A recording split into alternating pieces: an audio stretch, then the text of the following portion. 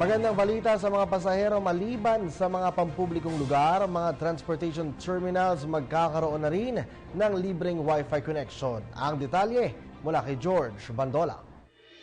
May Wi-Fi ng libre para sa mga pasahero ng iba't ibang transportation terminal sa buong bansa. Unang makikinabang ang mga airport terminals sa NAIA 1, NAIA 2, NAIA 3 at NAIA 4, Iloilo Airport, Davao Airport at mga airport sa Bacolod, Dumaguete, Kalibo, Laguindingan, General Santos, Clark, Lawag, Cebu, Katiklan at Zamboanga. Gayon din pakikinabangan na ito ng mga pasaherong nasa mga istasyon ng LRT1, LRT2 at MRT3.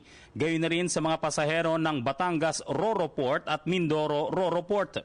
Sa kanyang ika-12 araw sa panunungkulan, nilagdaan ni na Transportation Secretary Arthur Tugade at ng isang telecom giant ang pagbibigay ng Wi-Fi service sa mga airport, seaport at train stations. Your help, sir, and your support strengthens me.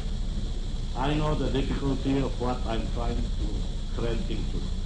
But when I have people that trust me and willing to extend that arm of support, that difficulty lessens a little bit.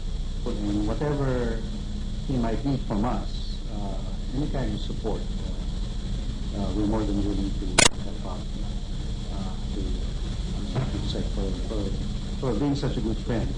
Pangako ni Pangilinan ay iaalok ang 1 GB na Wi-Fi service sa mga mananakay at siguradong 10 beses na mas mabilis kaysa sa mga umiiral ngayon at sumusunod na raw sa international standards.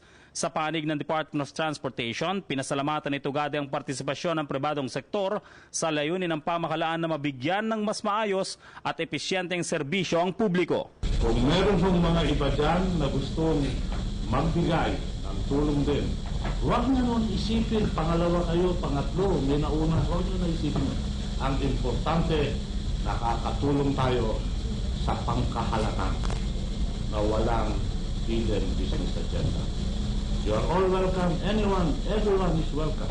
Let all the businessmen that are well-meaning come, join the journey in government for the benefit of the many, and we shall welcome you all with open arms. Yun ang gusto ng Presidente.